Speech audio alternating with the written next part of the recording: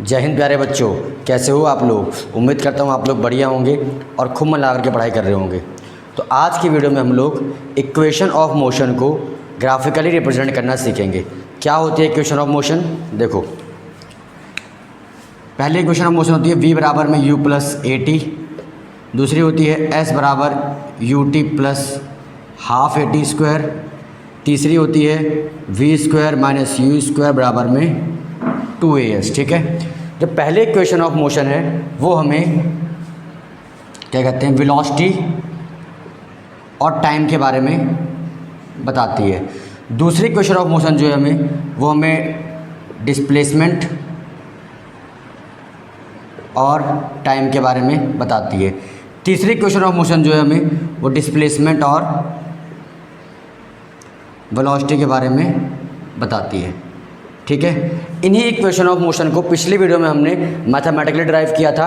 आज हम इनको ग्राफिकली ड्राइव करना सीखेंगे।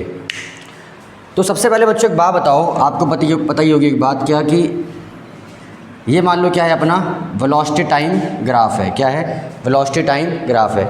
ये क्या है, हमारा पॉइंट ओ है। क्या है? पॉइंट ओ।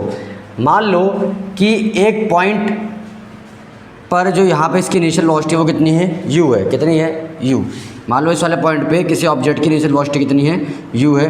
और टाइम के साथ साथ उसकी स्पीड क्या हो रही है, बढ़ रही है। और एक टाइम आने के बाद, यानी टाइम t के बाद जो है वो उसकी वेलोसिटी कितनी हो जाएगी, v। कितनी हो जाएगी, मान के चलो v। तो हम क्या करेंगे, इसी पॉइंट को इससे ज्वाइन कर देंगे। ठीक है, इस वाले पॉइंट को इससे ज्वाइन कर देंगे, इसको इससे नीचे ज्वाइन कर देंगे एकदम सीधा। ठीक है, और इस वाले पॉइंट को हम इससे ज्वाइन कर देंगे।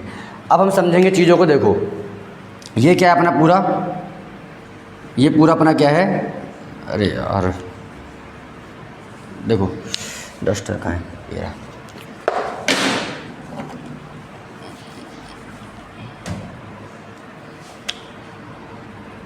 देखो, ये क्या है अपना u है, ये पूरा क्या है अपना v है। क्या है? v।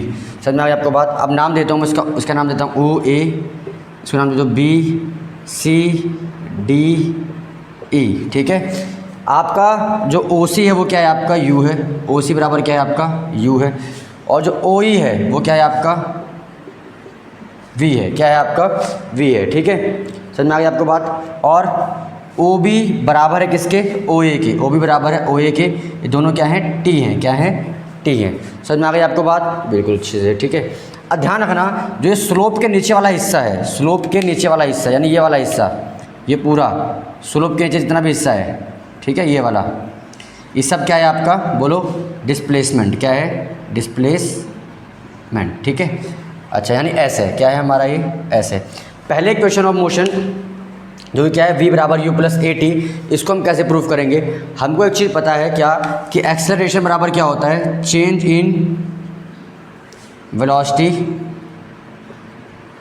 अपॉन में टाइम। क्या होता है? चेंज इन वेलोसिटी अपॉन में टाइम।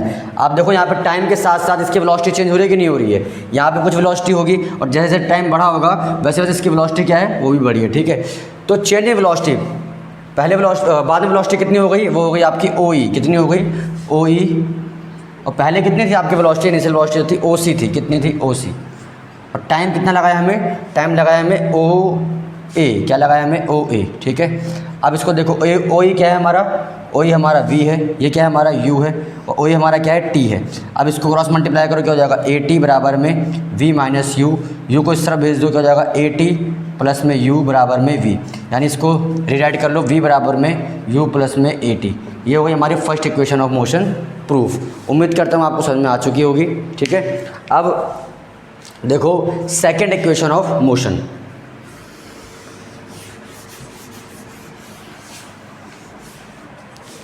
देखो, सेकेंड इक्वेशन ऑफ मोशन क्या है हमारी, वो है s बराबर में यू टी प्लस में हाफ ए टी स्क्वायर। इसमें हमें s चाहिए। क्या चाहिए? s यानी डिस्प्लेसमेंट चाहिए। क्या चाहिए हमें? डिस्प्लेसमेंट। और डिस्प्लेसमेंट मैंने बताया क्या है, इस स्लोप से अंदर वाला जितना भी एरिया है वो क्या है, आपका डिस्प्लेसमेंट है। तो डिस्प्लेसमेंट को निकालने के लिए अगर मैं इसमें ये ट्रायंगल डी सी बी और एक रेक्टेंगल ओ सी बी ए का एरिया निकाल दूँ तो क्या मुझे डिस्प्लेसमेंट मिल जाएगा? बिल्कुल मिल जाएगा। तो मैं क्या करूँगा, एस बराबर में लिखूँगा एरिया ऑफ क्या, ओ बी डी, क्या लिखूँगा, area of triangle O B D plus में area of rectangle O C B A, क्या लिखूँगा, ओ सी बी ए। ठीक है, अब देखो area of triangle O B D, आपको पता है एरिया ऑफ ट्रायंगल क्या होता है, हाफ इंटू बेस इंटू में हाइट, प्लस में एरिया ऑफ रेक्टेंगल क्या होता है आपको पता ही होगा, एल इंटू में बी।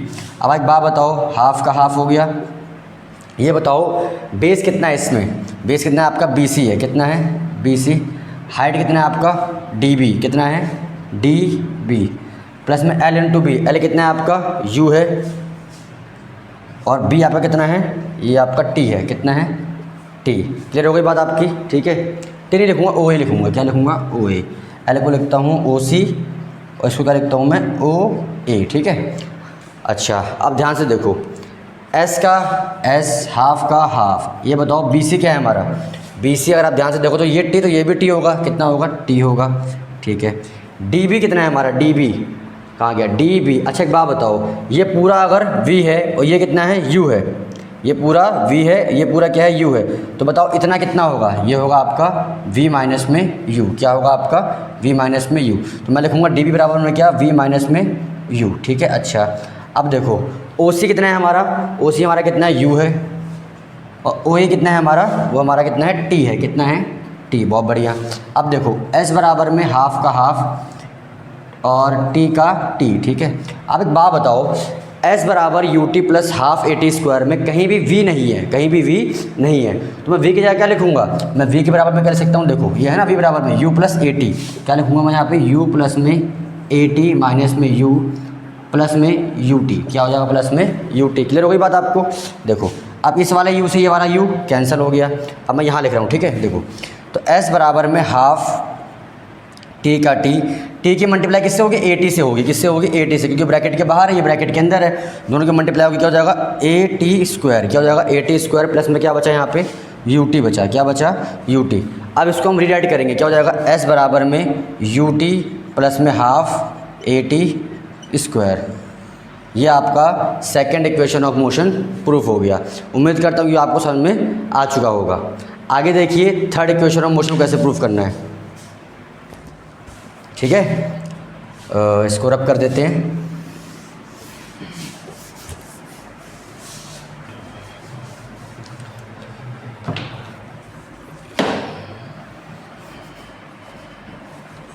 देखो थर्ड इक्वेशन ऑफ मोशन क्या है, v square minus u square बराबर में 2as। इसमें भी हमें क्या चाहिए, डिस्प्लेसमेंट चाहिए। क्या चाहिए, डिस्प्लेसमेंट। हमें इसमें भी आपको मैं एक चीज़ बता चुका हूँ क्या, कि डिस्प्लेसमेंट क्या है, इसके अंदर के स्लोप के अंदर का एरिया। ठीक है, बट मैं इसमें क्या करूँगा, ऐसे करूँगा, एस बराबर में, देखो इसको अलग पर्सपेक्टिव से देखना है। या अगर आप ध्यान से देखो तो ये क्या बन रहा है, ट्रेपीजियम बन रहा है। क्या बन रहा है, ट्रेपीजियम।